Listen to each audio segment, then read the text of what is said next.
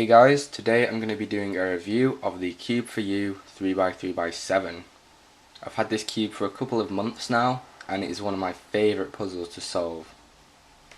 This puzzle looks very nice. As you can see, there are 7 layers going down. However, 6 of the 7 layers have been squashed down so that 3 of the layers become one 3x3 layer. And as you can see, this means that the puzzle is the exact same size as a 3x3, and I kinda like this feature. It makes the cube look quite compact and it also looks really cool.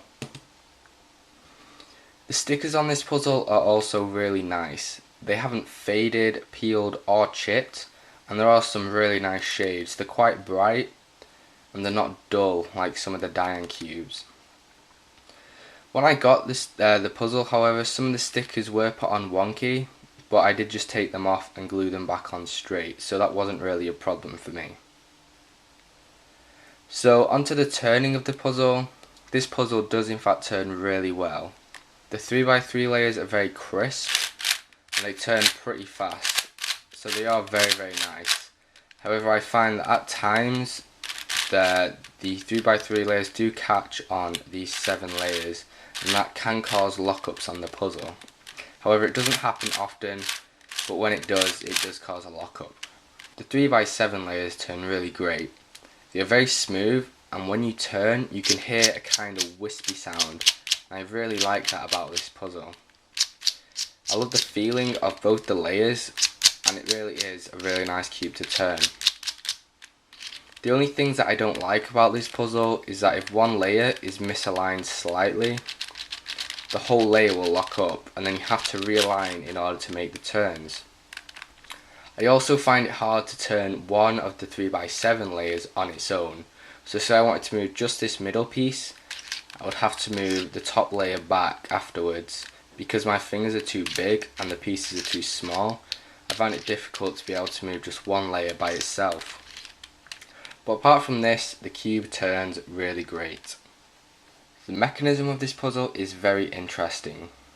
If I take apart what would be a 3x3 edge, you can see that the piece is made up of 3 smaller pieces, and that's how we get those squashed down edges. And they are kind of rounded here, as you can see, so that makes the puzzle very easy to slide the layers across.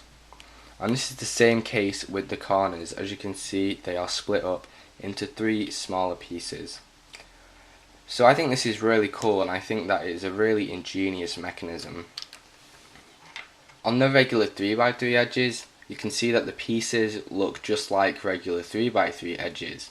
However, we had this rounded piece here, and I'm not sure what that is for. It maybe makes the mechanism turn better, but it still makes the performance of the cube very good. And the core is pretty much just a standard 3x3 core, and the centerpieces are pretty much just your standard 3x3 centerpieces.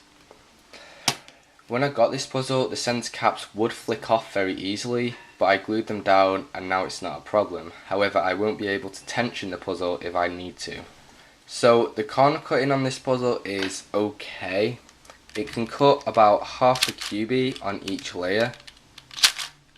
However, you can't do that much more, and the cube will just lock up and you have to force the layers if you try and go over. Now the cube can't really reverse cut at all.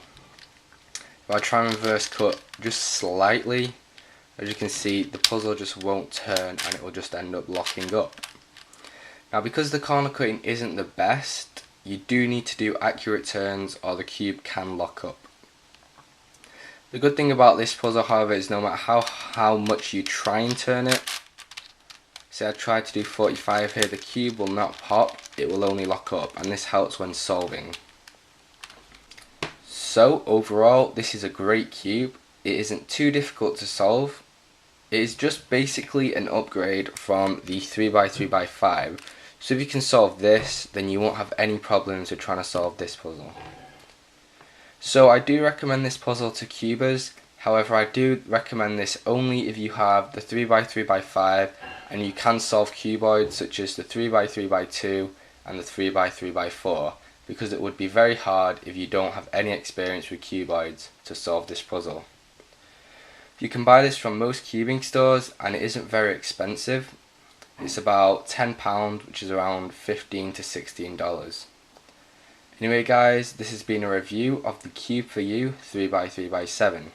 Thank you for watching.